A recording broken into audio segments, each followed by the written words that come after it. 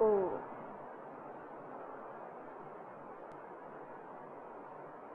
गतपाठतः किञ्चित् प्रष्टव्यमस्ति चेत् बोधयन्तु।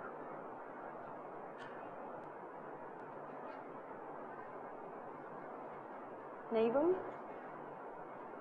अस्तु, अग्रे पश्यामः। तो हमने जो है पिछले पाठ में ये विषय देखा कि संज्ञा शब्द जो हैं वो किस प्रकार से नित्य हो सकते हैं। अगर हम संज्ञा शब्दों को शास्त्र के आधार से रखेंगे तो उनकी नित्यता हो जाएगी, और नित्यता हो जाएगी, अनादित्व हो जाएगा, तो वो संज्ञा शब्द भी साधु शब्द हो जाएंगे। लेकिन अगर हम यदृच्छा से किन्हीं शब्दों का प्रयोग करते हैं बिना शास्त्र के आदेश के अनुसार, तो फिर जो है उन संज्ञा शब्दों का तो असाधुत्व ही रहेगा, और उनका असाधुत्व रहेगा तो वो शब्द शास्त्र के प्रयोग के विषय नहीं बनेंगे। फिर जो है बात शास्त्र में प्रयुक्त संज्ञाओं की आ गई। ट्वी, घू, भा आदि संज्ञाओं को हम कैसे जो है वो अनादि कैसे माने, तो कहीं इन्होंने कहा कि चूँकि वो अनपभ्रंश रूप संज्ञाएं हैं, ठीक है, अनपभ्रंश रूप संज्ञाएं हैं, इसलिए उनकी अपशब्दता नहीं है, और उनके प्रयोग में ना हमें अभ्युदय होगा और ना ही प्रत्यवाय होगा।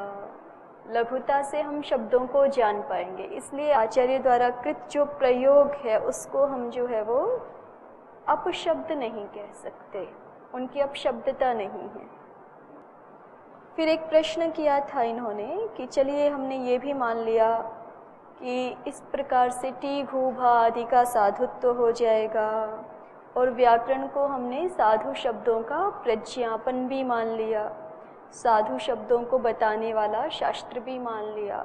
लेकिन इस सब से क्या प्रयोजन है? ये जो सारे साधु शब्द हम जान रहे हैं व्याकरण की सहायता से, उनका प्रयोजन क्या है? साधु शब्दों को जानने का प्रयोजन क्या है?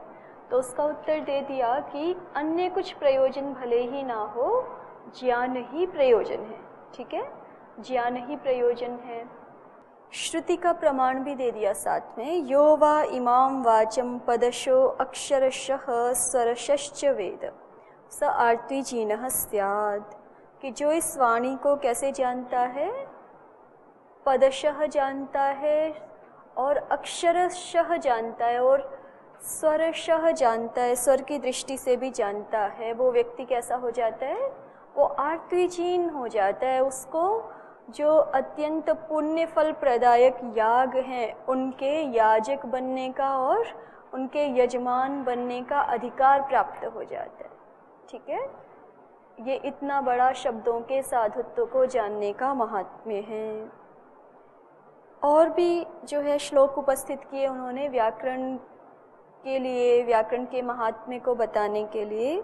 यश्च व्याकुरुते वाचम यश्च मीमांसते ध्वरम तावुभौ पुण्य कर्माणौ पंक्ति पावन पावनौ। पंक्ति पावन जो द्विज वर्ग है, ये एक विशेष द्विज वर्ग के लिए शब्द भी प्रयोग होता है। सामान्य अर्थों में भी हम इसको ले सकते हैं कि इतने पवित्र लोग जो किसी पंक्ति में उपस्थित हो जाएं तो उनके महात्म्य से, उनके महत्व से, उनके गौरव से जो है वो पूरा एक समुदाय ही, जैसे कहते हैं ना कि चंदन के एक ही टुकड़े से सारा वन चंदन हो जाए, तो कुछ ऐसे लोग जो जहाँ खड़े हो जाएं उस पूरी पंक्ति को पवित्र कर दें। और फिर उनको भी पवित्र करने वाले कौन हैं? जो व्याकरण को जानते हैं, जो याग के विषय को जानते हैं। ठीक है, यश्च मीमांसते अध्वरम। और ये एक विशेष वर्ग के लिए भी प्रयोग होता है पंक्ति पावन। कुछ द्विज वर्ग ऐसा है कि वो जो है वो स्वपाची होते हैं, दूसरे के हाथ से बना हुआ कुछ भी स्वीकार नहीं करते हैं, जो है वो उनको पंक्ति पावन बोला जाता है। वो अपने आचरण आदि में बहुत पवित्रता से रहते हैं, तो उनको भी पवित्र करने वाले, ये उपमा दी जा रही है कि जो पंक्ति पावन द्विज वर्ग है उनको भी पवित्र करने वाले जो लोग हैं वो कौन हैं? जो व्याकरण विषय को जानते हैं, जो वाणी का व्याकरण कर सकते हैं, शब्दों का व्याकरण कर सकते हैं, और जो याग के विषयों की मीमांसा करते हैं, वो लोग पंक्ति पावन है, पंक्ति पावन है। और इसी तरह से और भी शब्द शास्त्र की महिमा गा रहे हैं, शब्दों के जानने का क्या महत्व है। शब्द ब्रह्मणि निष्णातः परम ब्रह्माधि गच्छति। जो शब्द ब्रह्म को वस्तुतः जान लेता है वो किसको प्राप्त हो जाता है? पर ब्रह्म को वो प्राप्त हो जाता है। क्योंकि जो हम देखें, एक कल्पना करके देखें कि संसार में अगर शब्द ना होते तो कैसा होता ये संसार। अगर संसार में कोई भी शब्द ना होते, संसार में वाणी ना होती, वाणी की अभिव्यक्ति ना होती, तो कैसा होता ये संसार?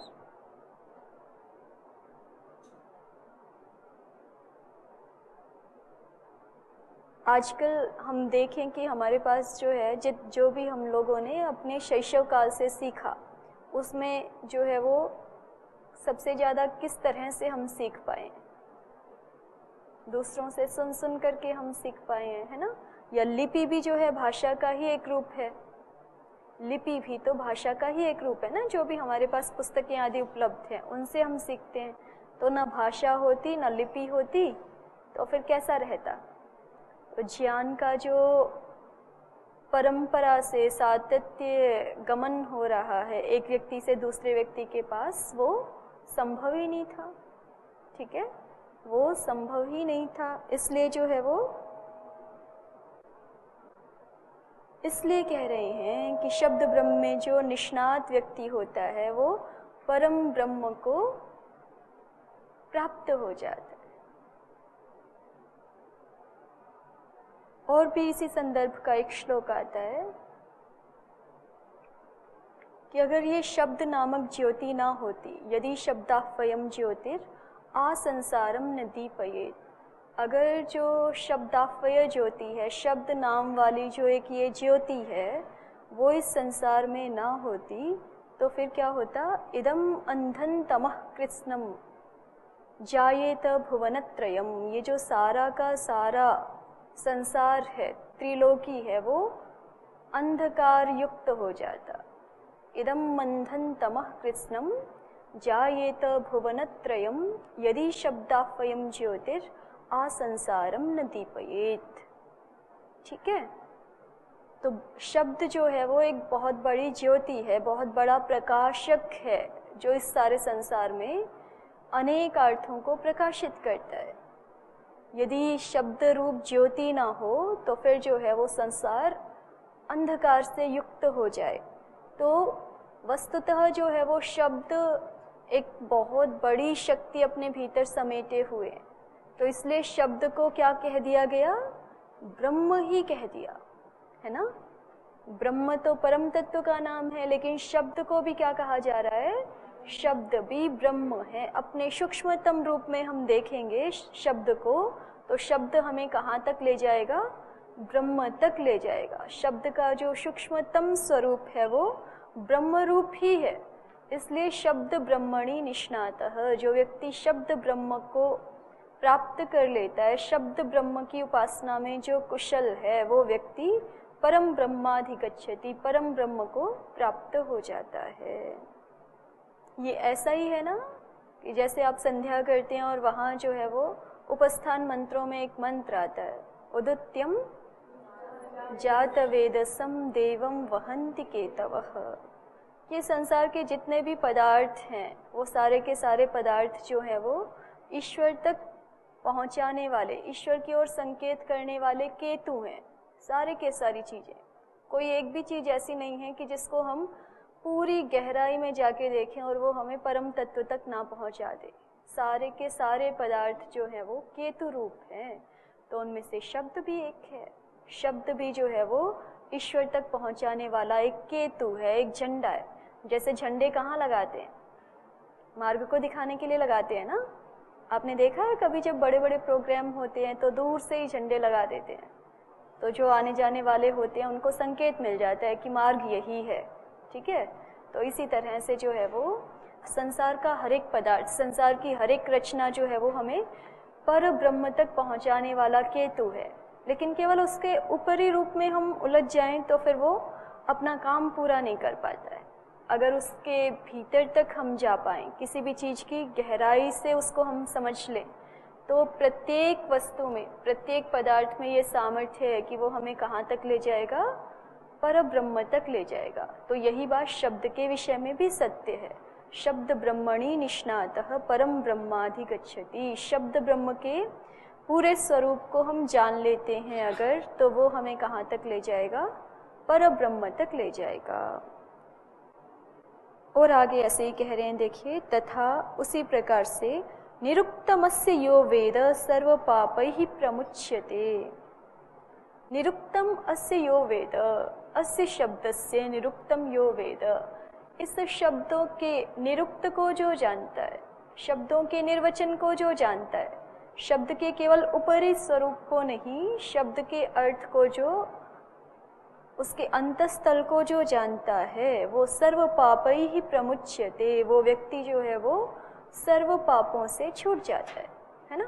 जैसे आपने ईश्वर के बारे में एक शब्द सुना है, सर्वशक्तिमान, सर्वरक्षक, सर्वज्ञ।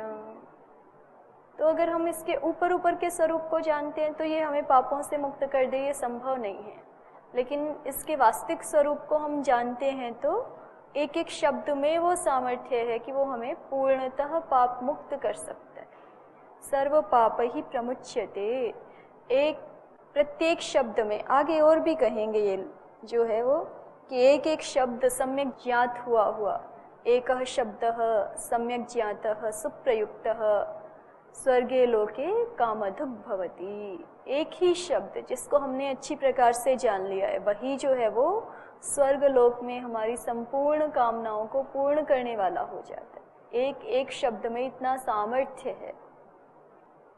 तदेवं साधूनां शब्दानां प्रकृति प्रत्यादि विभागेन ज्ञानमेव तावत् पुरुषार्थः।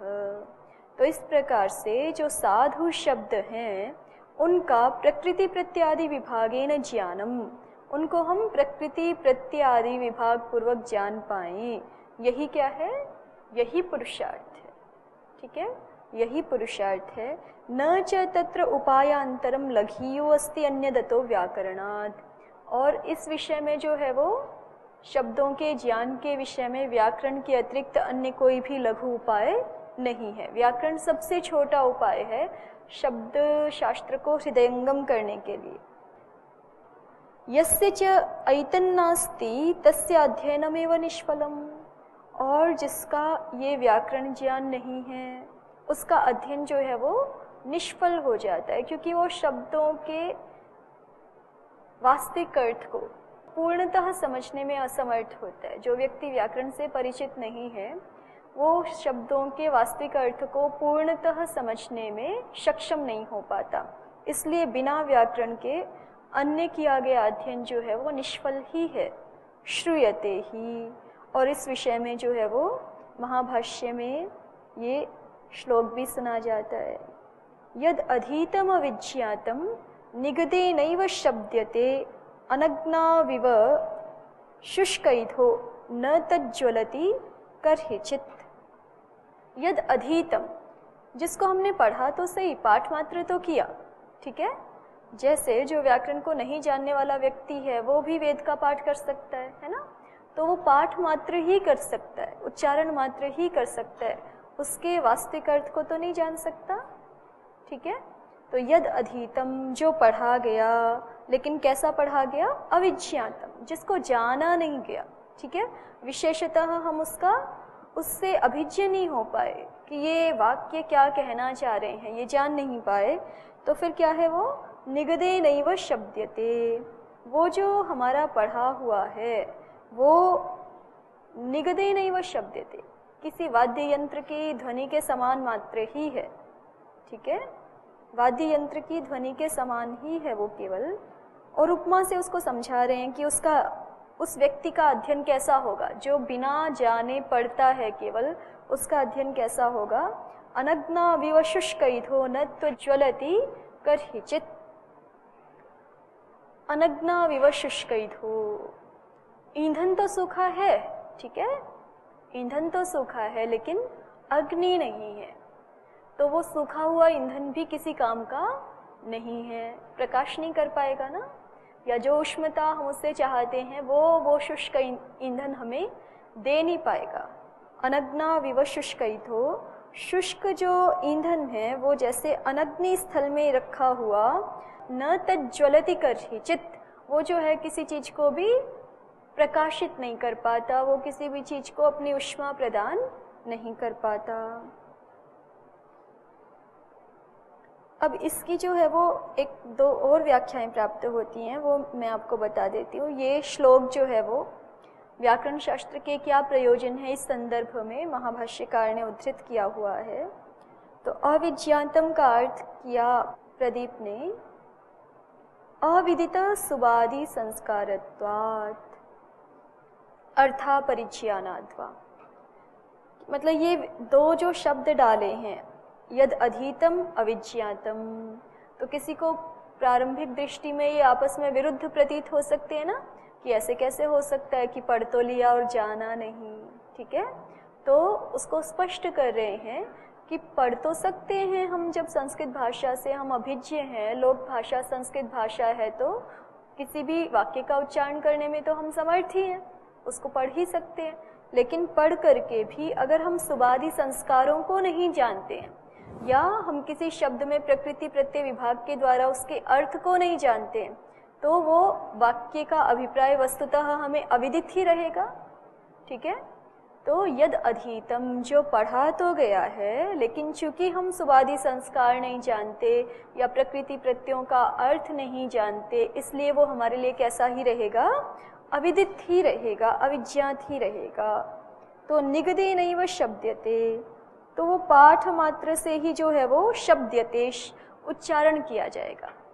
जिस वाक्य को हम केवल पढ़ रहे हैं, जानते नहीं हैं, वो कैसा होगा, निगदे नैव शब्द्यते, पाठ मात्र से ही जो है वो शब्द्यते, पुनः पुनः उच्चार्यते। जैसे भेरी होती है, कोई वाद्य यंत्र होता है, वो जैसे ध्वनि करता है, वैसे ही जो है कोई व्यक्ति वेद का बार बार पाठ कर रहा है, जानता नहीं है उसको, तो फिर क्या स्थिति बनेगी, यथा भेर्येव तेन पुरुषेण ध्वनि मात्रम अभिव्यज्यते इति यावत्, कि केवल जैसे भेरी आदि यंत्र होते हैं वो ध्वनि मात्र करते रहते हैं, ठीक है, उसका कोई अन्य अभिप्राय प्रतीत नहीं होता, वैसे ही जो है उस व्यक्ति को जो केवल पाठ करता है, जानता नहीं है, वो ध्वनि मात्र ही करेगा, ठीक है, शोर मात्र ही करेगा, उससे उसका कोई अभिप्राय अन्य सिद्ध होगा नहीं। न तज्ज्वलति कर्हिचित्, माने वो निष्फल हो जाता है। अगर शुष्क ईंधन हो और वो स्वयं जल ना पाए, उससे जो हम ऊष्मा प्राप्त करना चाहते हैं, जो प्रकाश प्राप्त करना चाहते हैं, वो ईंधन दे ना पाए, तो एक तरह से वो ईंधन निष्फल है। तो इसी तरह से अगर जो हम पढ़ रहे हैं, उससे जिस अर्थ का प्रकाश हमारे भीतर होना चाहिए, उस अर्थ का प्रकाश ना हो पाए, तो फिर वो पाठ मात्र करना व्यर्थ हो जाता है।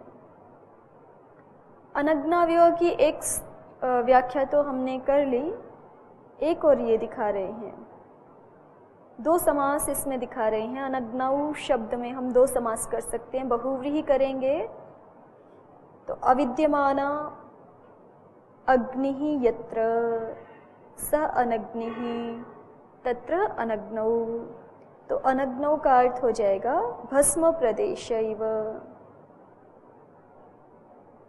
जहाँ अग्नि नहीं है, ठीक है, जहाँ अग्नि नहीं है, तो अग्नि नहीं है तो क्या है, भस्म प्रदेश है, माने जो है वो भस्म जहाँ पड़ी हुई है उसमें आप जो है केवल भस्म मात्र रह गई है, राख मात्र रह गई है, उसमें अग्नि नहीं है। अब उसमें शुष्क ईंधन कितना ही रख दो, वो किसी को भी प्रकाशित नहीं करेगा, ठीक है। और दूसरा एक समास कर रहे हैं, नए तत्पुरुषः, न अग्निः अनग्निः तत्र अनग्नौ, और ये जो नए लिया है ये इन्होंने विपरीतार्थक लिया है, विरोधार्थक लिया, ठीक है। नए के बहुत सारे अर्थ होते हैं, नए के 6 अर्थ होते हैं, ये आगे जो है वो वाक्यपदीय में आएगा विषय। तो उनमें से एक विषय, एक अर्थ जो है वो नए का क्या भी होता है, विरोध। ठीक है, नए का एक अर्थ विरोध भी होता है। तो विरोधार्थक नए के साथ समास करके न अग्नि ही अनग्नि ही, तो जल प्रदेशे, ठीक है, जल प्रदेश में रखा हुआ जो शुष्क ईंधन है वो किसी काम का नहीं, वो किसी को प्रकाशित नहीं कर सकता, वो अनर्थक है। ठीक है, तो इस तरह से जो है वो ये निंदार्थवाद है। तो कह रहे हैं कि निष्प्रयोजन जो अध्ययन है उसका कोई औचित्य नहीं है। ठीक है, इसलिए जो है वो हमें सब प्रयोजन अध्ययन करना चाहिए। और वो सब प्रयोजन अध्ययन कब हो पाएगा, जब वो व्याकरण सहित होगा, अर्थ ज्ञान सहित होगा, तब हमारा अध्ययन जो है वो निष्फल नहीं होगा, निष्प्रयोजन नहीं होगा। एक बार फिर से देख लीजिए इसको, यद अधीतम अविज्ञातम निगदेनैव शब्द्यते। जो हमने केवल पढ़ा है, जिसको जाना नहीं है, वो तो जो है निगद के समान शब्द मात्र का उच्चारण है, बार बार पाठ मात्र के द्वारा पाठ कर रहे हैं बार बार, तो फिर वो केवल एक तरह का शोर ही उत्पन्न हो रहा है, एक तरह की ध्वनि मात्र ही हो रही है, जैसे कि कोई वाद्य यंत्र ध्वनि करता है, उसी प्रकार से।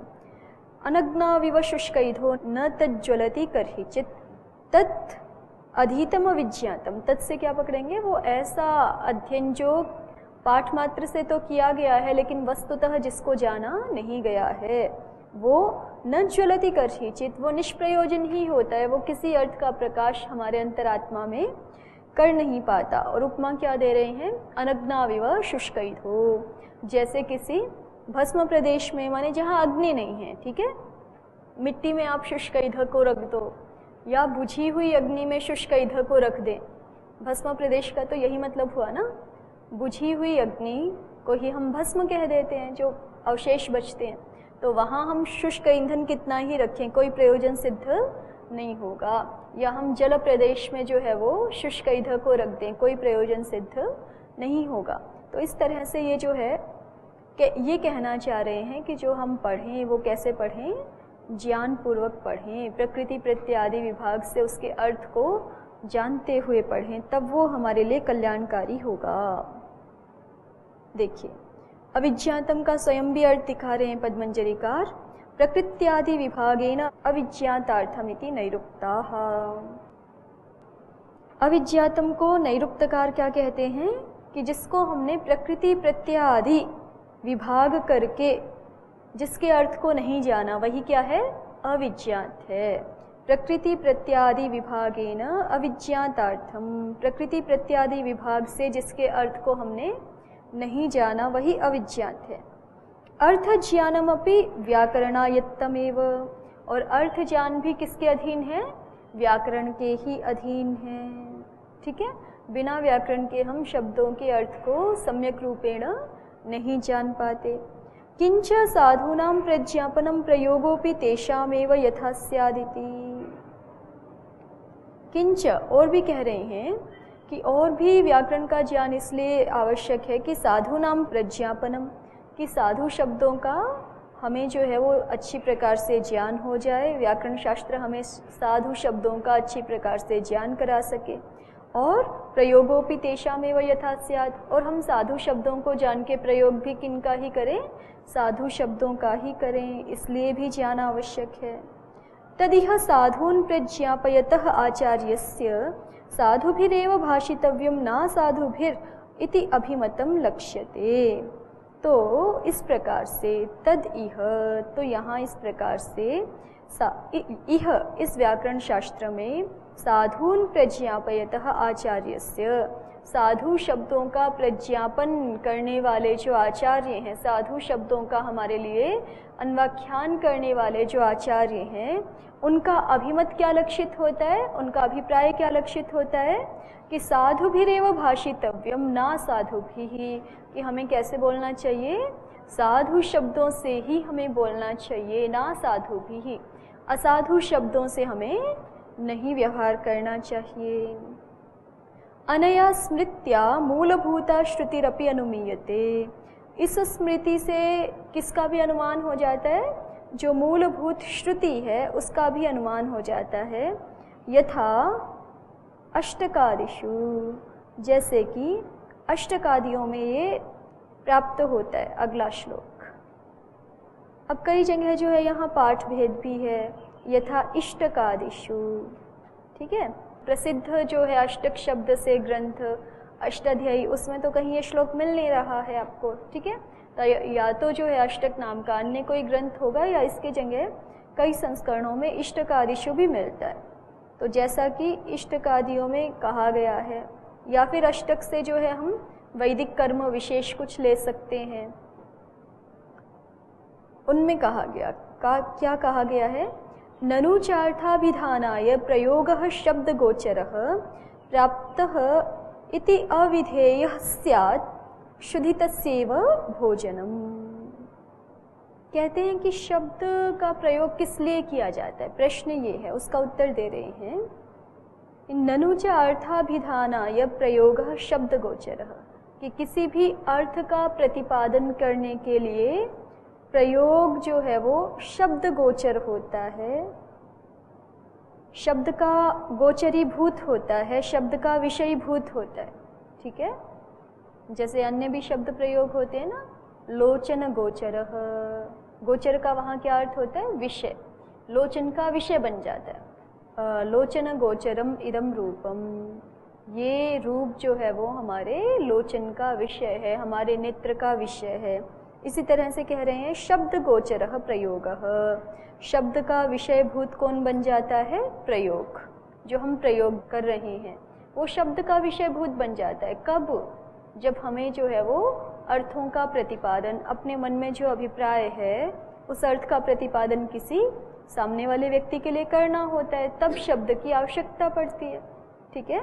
शब्द अर्थ प्रयोग, ननु च अर्थाभिधानाय प्रयोगः शब्द गोचरः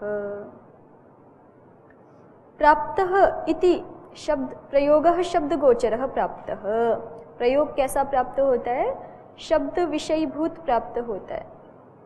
प्राप्त इति अविधेयः स्यात् शुद्धितस्यैव भोजनम।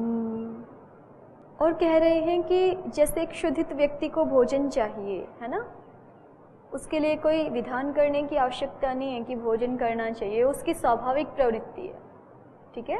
स्वाभाविक है ना ये कि भूख लगेगी तो भोजन करेगा व्यक्ति। ऐसे ही जब अर्थों के प्रतिपादन करने की इच्छा होगी, अर्थों का अभिधान करने की इच्छा होगी, तब व्यक्ति जो है वो कुछ ना कुछ बोलेगा। ये तो क्या है? अविधेय ही है, ठीक है, माने स्वाभाविक प्रवृत्ति है। हमारे अंदर जो है वो अपने आप को अभिव्यक्त करने की इच्छा होगी तो शब्द का प्रयोग जो है वो क्या है? स्वाभाविक है, स्वाभाविक रूप से प्राप्त है, प्राप्त ही है। इति अविधेयः, ठीक है, इसलिए विधेय नहीं है। विधेय नहीं है से क्या कहना चाहते हैं? कि स्वाभाविक रूप से ही प्राप्त है, उसका ऊपर से कोई विधान नहीं किया जाना आवश्यक है, अपने आप शब्द का प्रयोग प्राप्त है। तो फिर विधान, किसका विधान करने की आवश्यकता है? उसको आगे देखिए। उच्यते अर्थ प्रयुक्ते शब्दानां प्रयोगे समुपस्थिते धर्माय नियमः शास्त्रे प्राङ्मुखादित्वादिवद् भवेत्। कहते हैं अर्थ प्रयुक्ते शब्दानां प्रयोगे समुपस्थिते। अर्थ प्रयुक्त जो शब्दों का प्रयोग है वो तो अपने आप से ही प्राप्त है, समुपस्थित है। अर्थ प्रयुक्त शब्दों का प्रयोग माने क्या? हम अर्थ को प्रतिपादित करना चाहते हैं तो इसलिए ये तो आएगा ही अपने आप से कि हम उसके लिए क्या करें? शब्दों का प्रयोग करें, ठीक है, शब्दों का प्रयोग करें। फिर शास्त्र क्या कर रहा है इस बारे में? क्योंकि ये तो हमारी स्वाभाविक प्रवृत्ति के जैसे हो गया ना, जैसे हमें भूख लगती है तो हम भोजन करते हैं। इसमें किसी शास्त्र को कोई विधान करने की आवश्यकता नहीं है कि भोजन किया करो, इतना तो कहने की आवश्यकता नहीं है ना शास्त्र के द्वारा कि भोजन किया करो, वो स्वाभाविक प्रवृत्ति है। लेकिन फिर शास्त्र उसमें नियम करता है कि ये खाना चाहिए, ये नहीं खाना चाहिए हमारे स्वास्थ्य आदि की दृष्टि से, या इस समय खाना चाहिए, इस समय नहीं खाना चाहिए। ये सारा जो है वो शास्त्र का विषय बनता है। लेकिन भोजन किया करें ये जो है वो किसी शास्त्र का विषय नहीं है। क्यों नहीं है? क्योंकि ये हमारी स्वाभाविक प्रवृत्ति है। तो उसी तरह से अपने मन के भावों को अभिव्यक्त करने के लिए किसी भी अर्थ को बाहर अन्यों के लिए प्रतिपादित करने के लिए शब्द का प्रयोग किया करें। ये विधेय नहीं है शास्त्र का। क्यों नहीं है? क्योंकि ये तो स्वाभाविक प्रवृत्ति है, ये तो स्वतः प्राप्त है। तो फिर शास्त्र का विषय क्या है? उसको कहा धर्माय नियमः शास्त्रे। शास्त्र में जो है वो धर्म के लिए नियम किया जाता है, ठीक है, कि ऐसे शब्दों का प्रयोग करो। आप अपने अर्थ को प्रतिपादित तो करना चाहते हैं अन्यों के सामने, लेकिन और उसके लिए शब्द प्रयोग भी प्राप्त है, ठीक है, किन्हीं ना किन्हीं शब्दों का ही प्रयोग करेंगे। लेकिन वो किन शब्दों का प्रयोग किया करें? ऐसे शब्दों का प्रयोग करें, ऐसे साधु शब्दों का प्रयोग करें जिनसे क्या हुआ करे? धर्म हो, आपको धर्म की प्राप्ति हो, अधर्म की प्राप्ति ना हो। ये शास्त्र का विषय। धर्माय नियमः शास्त्रे। शास्त्र में जो है वो धर्म के लिए नियम किया गया है। जैसे प्रांग मुखत्वादिवत भवेत, जैसे संध्योपासना आदि कई प्रकरणों में, कई संदर्भों में हमें ये मिलता है कि प्रांग मुख होकर के ऐसा करें। संध्योपासन के लिए तो जैसे आप सभी को पता ही है ना, प्रांग मुख होकर के संध्योपासन करें। तो वो जैसे शास्त्र किस लिए कर रहा है ऐसा नियम? धर्म के लिए कर रहा है। वैसा करने से जो है वो एक धर्म विशेष की, एक अदृष्ट विशेष की, एक पुण्य संस्कार की हमें प्राप्ति होती है, ठीक है। उसी प्रकार से अगर हम शब्द प्रयोग करना है, ये तो स्वतः प्राप्त विषय है, लेकिन शब्द प्रयोग कैसा करना है, साधु करना है, असाधु करना है, ये शास्त्र का विषय है कि शास्त्र हमारे लिए जो है वो प्रतिपादित करेगा कि साधु शब्दों का प्रयोग करना है, उससे हमें धर्म की प्राप्ति होगी। जैसे उदाहरण दिया ना आपको, शुद्धितस्यैव भोजनम, तो फिर वहाँ पे जो है वो महाभाष्य में भी ये वाक्य आएंगे कि जो है भोजन प्राप्ति तो स्वतः थी ही, उसमें फिर जो है वो नियम किया जा रहा है शास्त्रों के द्वारा, पंच पंच नखा भक्ष्याः, ठीक है। अब वो विधान मतलब शास्त्र के द्वारा इस रूप में नहीं है कि ऐसा करना ही चाहिए आपको। कहते हैं कि राग आदि वशात जो है वो मनुष्य की प्रवृत्ति हो ही रही है अपने आप से ही, मांसाहार में भी। कोई कोई उस वाक्य को लेके ऐसे कहते हैं ना, पंच पंच नखा भक्ष्या, माने जीवों के भक्षण की बात हो रही है। ऐसे 5 जीवों को आप खा सकते हैं जो पंचनख हैं, ठीक है। तो वो विधान नहीं है, वो क्या है? राग आदि वशात प्रवृत्ति हो ही रही थी मनुष्य की वहाँ पे, वो सारे सबको ही खाने के लिए आतुर था। तो वहाँ पे जो है उसके लिए परिसंख्या की जा रही है। अगर आपको खाना ही है तो ये खा सकते हो, ठीक है। अगर खाना ही है तो ये नहीं कहा जा रहा कि आपको खाना ही है, ठीक है ना। जैसे कि किसी को चाय पीने की आदत ही हो पहले से ही, है ना, जो भी उसके संस्कार हैं या राग आदि वशात, और अब वो कुछ मतलब उसका स्वास्थ्य थोड़ा सा असमीचीन हो जाए, तो फिर डॉक्टर उसको क्या कहता है? आपको पीना ही है तो आप ये हर्बल टी पी सकते हैं, ठीक है। या फिर आपको पीना ही है तो आप जो है वो बिल्कुल थोड़ा सा 1/4 चम्मच डाल के एक बार उबाल के पी सकते हैं। तो विधान थोड़े कर रहे, विधान नहीं कर रहे ना, उसको जितना पहले ले रहा था उससे हटा ही रहे हैं, ठीक है, उससे कुछ ना कुछ कम कर रहे हैं, ठीक है। या जैसे अब किसी को आलस्य की आदत हो, वो दिन में सोता ही है 3-4 घंटे, तो फिर हम उसको कहें तो विश्राम करना ही है तो 10-15 मिनट कर सकते हैं। तो हम ये कोई विधान थोड़े कर रहे हैं कि आपको दिन में ज़बरदस्ती 10-15 मिनट सोना ही पड़ेगा। क्या कर रहे हैं? जो स्वाभाविक प्रवृत्ति बन चुकी है उससे हटा रहे हैं, ठीक है। तो ऐसे ही कह रहे हैं कि शब्दों का प्रयोग तो अपने आप प्राप्त है ही, अर्थों का अभिधान करने के लिए व्यक्ति शब्दों का प्रयोग करेगा ही, साधुओं का भी करेगा, असाधुओं का भी करेगा। शास्त्र क्या कर रहा है? शास्त्र उसको असाधु से हटा के साधु में नियंत्रित कर रहा है कि साधु शब्दों से ही अर्थ का अभिधान करें, अर्थ का प्रतिपादन करें, उससे आपको धर्म की प्राप्ति होगी, धर्म लाभ होगा। देखिए व्याख्या ये स्वयं भी कर रहे हैं आगे, शुद्ध उपघाताय भोजने प्रवृत्ति ही। ठीक बात है ना, भोजन में प्रवृत्ति किसके लिए होती है? भोजन में प्रवृत्ति किसके लिए होती है? शुद्ध का उपघात करने के लिए। शुद्ध माने भूख, बुभुक्षा, ठीक है, उसकी निवृत्ति करने के लिए हम क्या करते हैं? भोजन में प्रवृत्त होते हैं। शक्यं च यत्किंचन दिङ्मुखेन भुञ्जानेन अपि क्षुद् उपहन्तुम। और कह रहे हैं कि हम किसी भी दिशा में बैठ करके जो है वो किसी भी दिशा में बैठ करके हम भोजन कर सकते हैं, उससे भी हमारी भूख क्या हो जाएगी, शांत हो जाएगी। लेकिन शास्त्रों में एक विधान मिलता है भोजन के लिए भी, क्या, अथ च तत्र धर्माय नियमः क्रियते। भोजन विषय में धर्म की प्राप्ति के लिए एक नियम किया गया है, क्या, प्रांग मुखो अन्नानि भुंजीत। प्रांग मुख वाला होकर के व्यक्ति अन्न का ग्रहण करे, ठीक है। तो इससे क्या हो जाएगा, धर्म हो जाएगा। नहीं तो जो है वो आप किसी भी दिशा में बैठ करके यूं तो भोजन करेंगे तो भोजन से आपकी क्षुद्र निवृत्ति तो हो ही जाएगी, जो उसका स्थूल प्रयोजन है वो तो सिद्ध हो ही जाएगा, लेकिन साथ में जो धर्म प्राप्ति रूप प्रयोजन है वो नहीं हो पाएगा, ठीक है। तद्वद इहापि साधुभिर असाधुभिश्च भाषणे प्राप्ते नियमः क्रियते। उसी प्रकार से शब्दों का प्रयोग किस लिए किया जाता है, अर्थ प्रतिपादन करने के लिए, अपने मन की बात दूसरे को समझाने के लिए शब्दों का प्रतिपादन किया जाता है ना, शब्दों का प्रयोग किया जाता है। तो वो जो अपने मन की बात है या अपना अभिप्राय है वो हम दूसरे के सामने प्रकट करने के लिए साधु शब्दों का भी प्रयोग कर सकते हैं, असाधु का भी कर सकते हैं। सामने वाले को समझ में तो आ ही जाएगा ना, हम क्या अर्थ कहना चाहते हैं वो उसको समझ में आ जाएगा दोनों ही प्रकार के शब्दों से।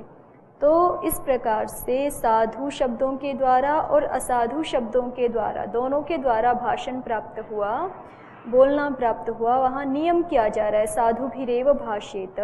साधु शब्दों के द्वारा ही भाषण करना चाहिए, बोलना चाहिए। एतैर्भाषमाणस्य धर्मो भवति धर्मादभ्युदयः। एतैः भाषमाणस्य, साधु शब्दैः भाषमाणस्य, साधु शब्दों के द्वारा बोलते हुए व्यक्ति का क्या होता है, धर्म होता है। धर्मादभ्युदयः इति, और धर्म से क्या होता है, धर्म से अभ्युदय की प्राप्ति होती है। श्रूयते च, इस विषय में ये श्रुति भी है। क्या श्रुति है, एकः शब्दः सम्यक् ज्ञातः सुष्ठु प्रयुक्तः स्वर्गे लोके कामधुग् भवति। एक ही शब्द जो कि सम्यक जाना गया है, सुष्ठु प्रयुक्तः, और प्रस्ताव के अनुसार, प्रसंग के अनुसार जिसका बहुत अच्छी प्रकार से प्रयोग किया गया है, वो स्वर्गे लोके कामधुग् भवति। वो स्वर्ग लोक में हमारी कामनाओं का दोहन करने वाला, कामनाओं को पूर्ण करने वाला हो जाता है। जी संध्या जी। प्रांग माने पूर्व दिशा, और उसकी तरफ हम मुख करके बैठे। जैसे संध्या के लिए नियम होता है ना, प्रातःकालीन संध्या के लिए, कि हम प्रातःकालीन संध्या कैसे किया करें, प्रांग मुख बैठ करके किया करें, ठीक है, माने पूर्व दिशा की ओर मुख करके, ठीक है। आगे देखिए, यस्तु प्रयुंक्ते कुशलो विशेषे शब्दान यथावद व्यवहार काले सोनंतमाप्नोति जयम परत्र वाग योगविद दुष्यति चाप शब्दैः। ये भी जो है वो व्याकरण के प्रयोजन बताते समय महाभाष्यकार द्वारा उद्धृत श्लोक है। यस्तु प्रयुंक्ते कुशलो विशेषे, यह कुशलः जनः। जो कुशल जन, जो निपुण व्यक्ति क्या करता है, विशेषे व्यवहार काले शब्दान यथावत प्रयुंक्ते, विशेष व्यवहार काल में क्या शब्दों को यथावत प्रयोग करता है, जैसा प्रयोग किया जाना चाहिए वैसा प्रयोग करता है। सोनंतमाप्नोति जयम परत्र, सह वागयोगविद, वह वाणी के संबंध को जानने वाला, ठीक है। वाणी का, शब्दों का अर्थों के साथ क्या संबंध है, इस विषय को, योग का अर्थ होता है संबंध। आपके सूत्रों में भी आया ना, षष्ठी स्थाने योगा, वहाँ भी योग का अर्थ क्या करते हैं, संबंध करते हैं, ठीक है। तो वाग योग वित्त, वाणी के संबंध को जानने वाला, माने शब्दों, वाणी के संबंध को जानने वाला किसके साथ, तो शब्दों के साथ अर्थों के संबंध को जानने वाला जो व्यक्ति है, सह परत्र अनंतम जयम आपनोति, वह इस लोक में तो जय को प्राप्त करता ही है, और परत्र भी, परलोक में भी वो अनंत जय को प्राप्त करता है। हम बहुत बार देखते हैं ना अपने संदर्भ में भी, संसार में भी, कि कोई प्रसंग विशेष होता है, वहाँ पे एक व्यक्ति जो शब्दों के यथावत प्रयोग को नहीं जानता है वो महाभारत खड़ी कर देता है, और दूसरा व्यक्ति जो है वो उसी संदर्भ में जो शब्दों के प्रयोग को जानता है वो बहुत अच्छे से जो है वो उस स्थिति को संभाल लेता है, उस स्थिति को अपने अनुकूल बना लेता है। ठीक है, तो ये शब्दों का महात्म्य है। हम जो है वो शब्दों के प्रयोग को, कैसे शब्दों के प्रयोग को करना जानते हैं कि नहीं जानते हैं, शब्द प्रयोग विषय में हमारी कितनी निपुणता है, कैसा नैपुण्य है। तो जो शब्दों के विशेष में, जो शब्दों को विशेष व्यवहार काल में यथावत प्रयोग करना जानता है वो व्यक्ति इस लोक में भी और परलोक में भी अनंत जय को प्राप्त कर लेता है। फिर अगला पार्ट है इस श्लोक का, अगला भाग है दुष्यति च अपशब्दैहि। और च माने और, अपशब्दैहि दुष्यति, अपशब्दों से दूषित हो जाता है कौन व्यक्ति? तो अध्याहार करेंगे अवाग योगविद। पिछले पूरे श्लोक में जो है वो इस अंश को छोड़ दें तो क्या बताया है? वाग योगविद व्यक्ति तो शब्दों का यथावत प्रयोग करता है और अनंत जय को प्राप्त कर लेता है, लेकिन जो अवाग योगविद व्यक्ति है वो अपशब्दों का भाषण करता है और अपशब्दों का भाषण करते हुए वो दूषित हो जाता है, अधर्म को प्राप्त कर लेता है। ठीक है,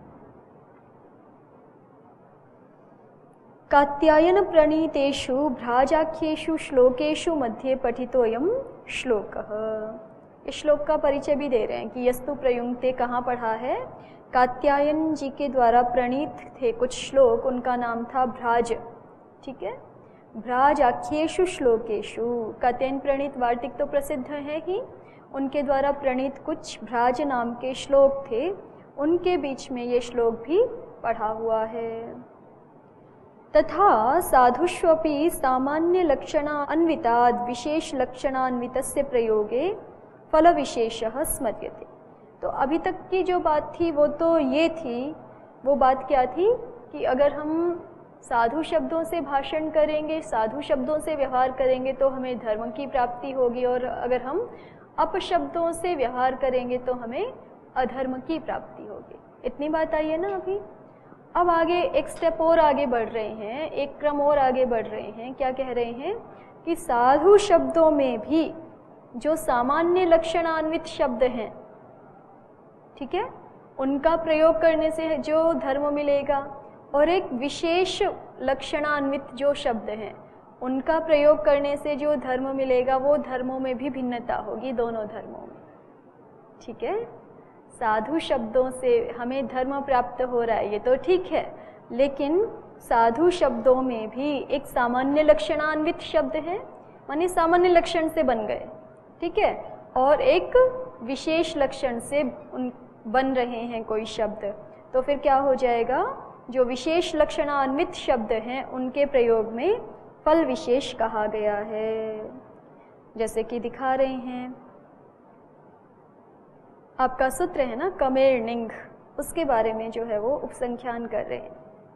नाकमिष्टम सुखम यान्ति सुयुक्तैर्वड्वारथैः अथ पत्काशिनो यान्ति ये चिकमत भाषिणः। नाकमिष्टम सुखम यान्ति, नाक को, ठीक है, नाक शब्द को ही खोल रहे हैं। इष्टम सुखम यान्ति, नाक आप जानते ही हैं, मोक्ष, जहाँ कोई भी दुख नहीं रहता, ऐसी स्थिति। तो नाकम इष्टम सुखम यान्ति, दुख रहित जो इष्ट सुख वाली स्थिति है उसको यान्ति प्राप्त हो जाते हैं। कैसे प्राप्त हो जाते हैं? सुयुक्तैर वड़वा रथैहि, जो अच्छी प्रकार से वड़वा आदि से युक्त रथ हैं।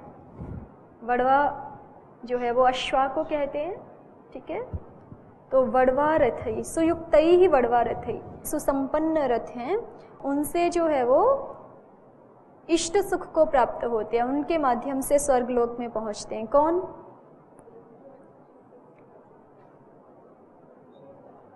जो कम धातु का विशेष प्रयोग करते हैं, वार्तिककार द्वारा विहित प्रयोग करते हैं, ठीक है, वार्तिककार द्वारा विहित प्रयोग करते हैं। ये आपका काशिका में सूत्र है, निश्रीद्रुसृभ्यः कर्तरी चंग, यहाँ पे एक वार्तिक है कमेर उपसंख्यानम।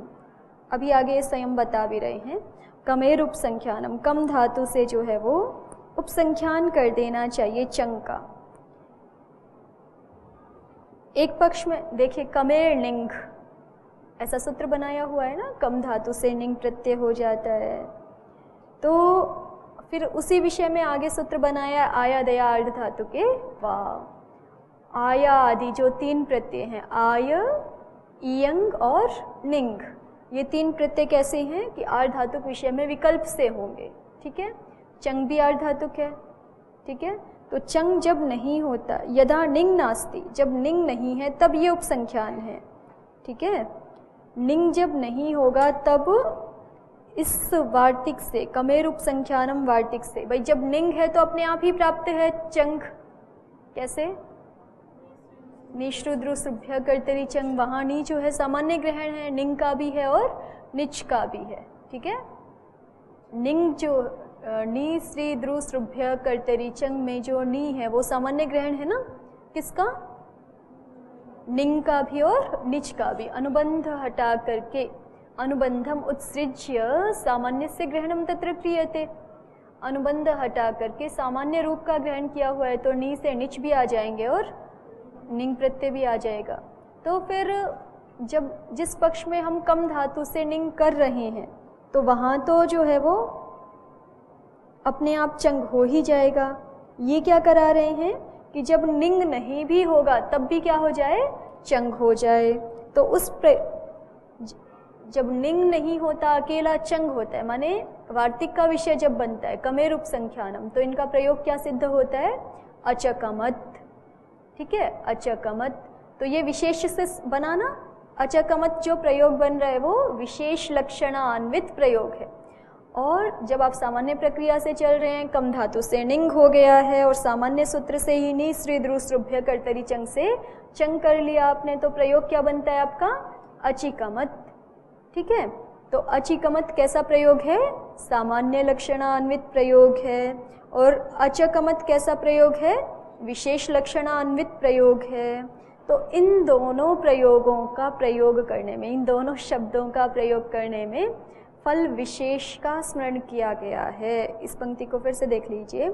तथा साधुष्वपि, माने जैसे अभी पीछे बता के आए हैं कि असाधु शब्दों के प्रयोग में और साधु शब्दों के प्रयोग में फल भेद होता है, उसी प्रकार से साधुष्वपि, साधु शब्दों में भी सामान्य लक्षणान्विता विशेष लक्षणान्वितस्य प्रयोगे फल विशेषः स्मर्यते। सामान्य लक्षणान्वित जो प्रयोग है उसकी अपेक्षा विशेष लक्षणान्वित प्रयोग में फल विशेष का स्मरण किया जा रहा है। क्या प्रयोग किया जा रहा है? नाकम इष्टम सुखम यान्ति सुयुक्तैर्वड्वारथै, कि जो लोग अचकमत इस विशेष लक्षणान्वित शब्द का प्रयोग करते हैं ना, वो कहाँ पहुँचते हैं? दुख रहित इष्ट सुख को प्राप्त होते हैं, इष्ट सुख वाले स्थल को प्राप्त हो जाते हैं। और वो इष्ट सुख वाले स्थल को कैसे प्राप्त होते हैं? बिना किसी कष्ट के अच्छी प्रकार से जो वड़वा युक्त रथ है उनमें बैठ करके उस इष्ट सुख वाले स्थान तक पहुंचते हैं, स्वर्गलोक को प्राप्त होते हैं। ठीक है, तो फिर कहा कि अच्छा जो अचिकमत बोलेंगे वो नहीं प्राप्त होंगे क्या इष्ट सुख वाले स्थान को? तो कह रहे हैं वो भी जाएंगे वहाँ पे, वो भी पहुँच जाएंगे, ऐसी बात नहीं है। लेकिन अथ पत्काशिनो यान्ति, ये अचिकमत भाषिणः, जो अचिकमत भाषी हैं, अचिकमत शब्द का प्रयोग करने वाले हैं, वो भी पहुँचते हैं, लेकिन वो पत्काशिनः होकर के पहुँचते हैं, वो पैरों को घसीटते हुए पहुँचते हैं। ठीक है, वो पैदल चल के पहुँचेंगे, दूसरे वाले जो है वो अच्छी प्रकार से रथ से पहुँच जाएंगे। माने ये जो है वो एक तरह से उपमा से आपको समझा रहे हैं। ठीक है, जैसे हमें किसी अपने निर्धारित गंतव्य पे पहुंचना हो जो बहुत दूर हो, तो एक तो हम पैदल वहाँ पे पैरों को घसीटते हुए परेशान होते हुए पहुँचे, और एक अच्छे से किसी वाहन आदि का यान आदि का प्रयोग करके पहुँच जाएं। तो अंतर तो है ना दोनों में, पहुँच तो दोनों ही रहे हैं। तो ऐसे कह रहे हैं कि साधु शब्दों में भी जो है वो धर्म तो दोनों को ही प्राप्त होगा, क्योंकि दोनों ही साधु शब्द हैं, चाहे आप अचिकमत बोलें या अचकमत बोलें, लेकिन जो विशेष है इनमें प्रयोग वो दोनों में क्या है, अचकमत है। तो अचकमत प्रयोग करेंगे तो ज़्यादा धर्म की प्राप्ति होगी, और अचिकमत करेंगे तो अपेक्षाकृत जो है वो सामान्य धर्म की प्राप्ति होगी। हाँ जी, अचिकमत भाषन्ते इति, अचिकमत भाषिणः, अचिकमत इति शब्दं भाषन्ते इति अचिकमत भाषिणः। निनी प्रत्यय कर लेंगे आप, उपपद तत्पुरुष समास समझ सकते। आपका सूत्र है ना 3-2 में, सुप्य जातो निनिस्ताच्छिल्ये, ठीक है। अचिकमत इति शब्दं भाषितुं शीलं येषां ते अचिकमत भाषिणः। देखिए अब इस श्लोक का अर्थ वो स्वयं भी बता रहे हैं। अयम अर्थः, ये अर्थ है इस श्लोक का, कारिका का ये अभिप्राय है क्या, कमेहि आयादय आर्धातुके वा इति निंग अभाव पक्षे, कम धातु से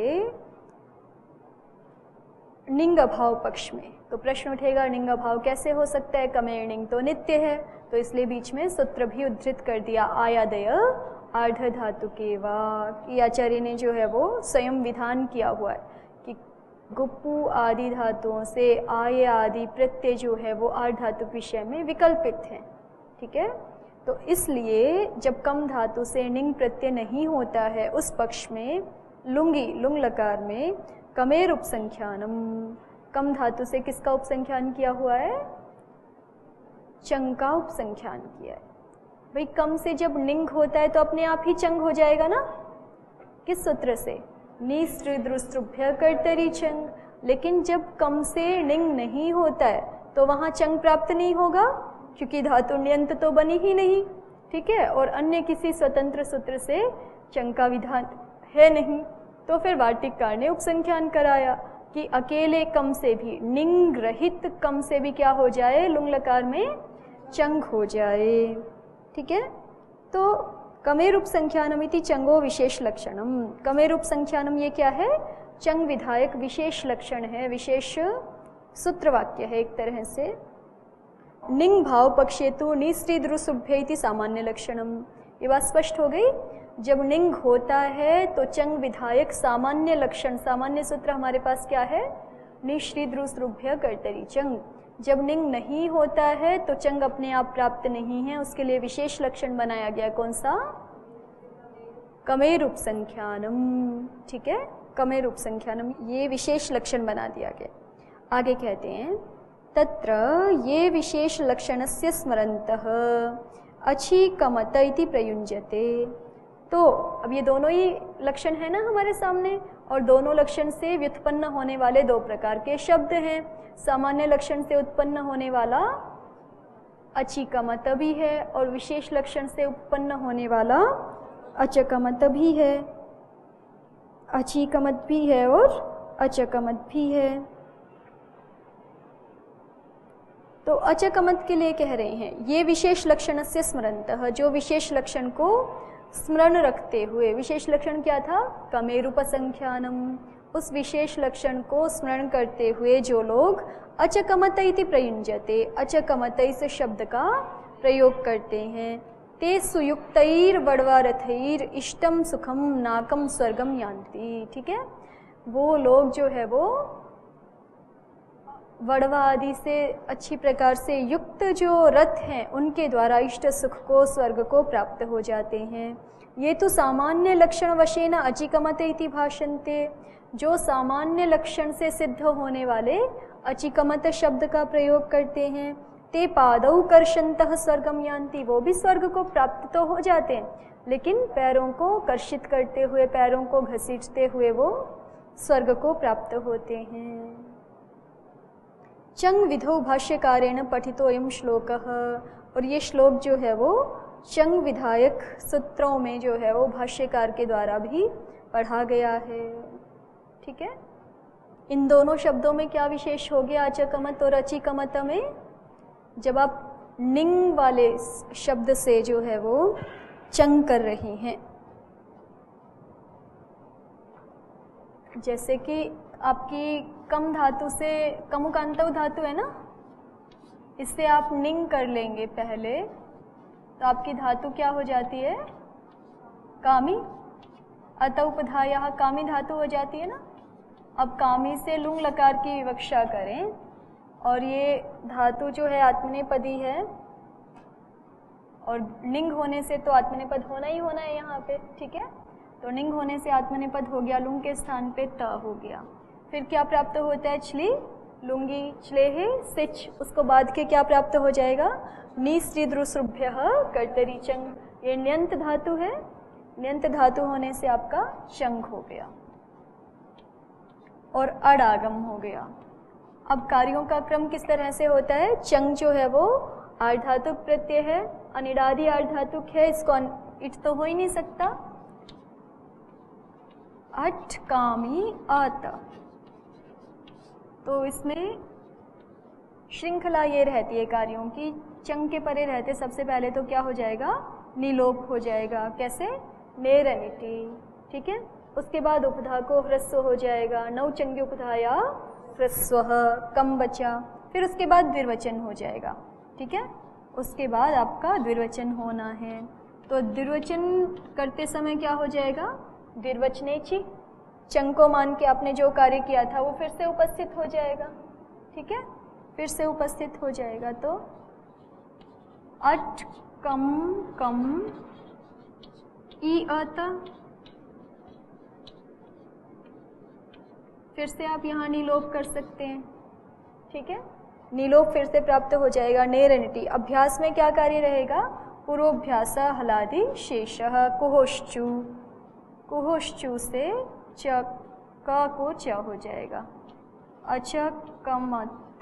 अब यहाँ देखिए, सन्वल लघुनी चंग परे नगलोपे, अनगलोपी अंग है आपका, किसी भी अख का लोप नहीं हुआ है ना यहाँ पे, अनगलोपी अंग है। चंग परक निच के परे रहते, निच को हम प्रतिलोपी प्रतिलक्षण से देख पाएंगे, ठीक है। चंग परक निच के परे रहते जो अनगलोपी अंग है, कैसा? लघु धातु अक्षर वाला, ये लघु धातु अक्षर वाला ही है।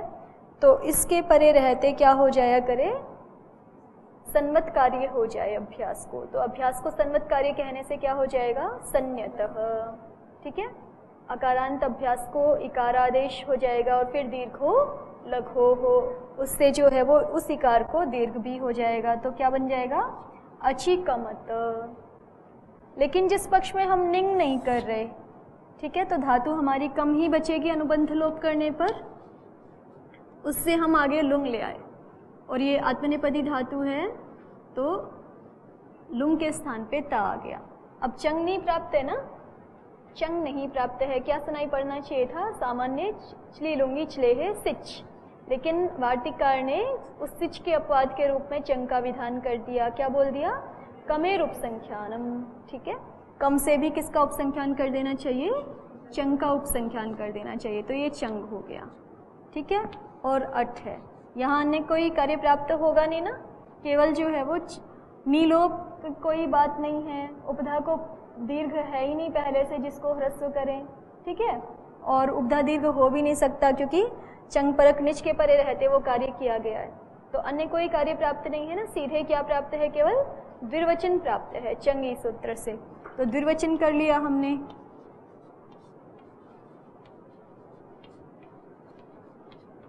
पूर्वोभ्यास हलादि शेष कुहोश्चु, क्या प्रयोग बन गया हमारा?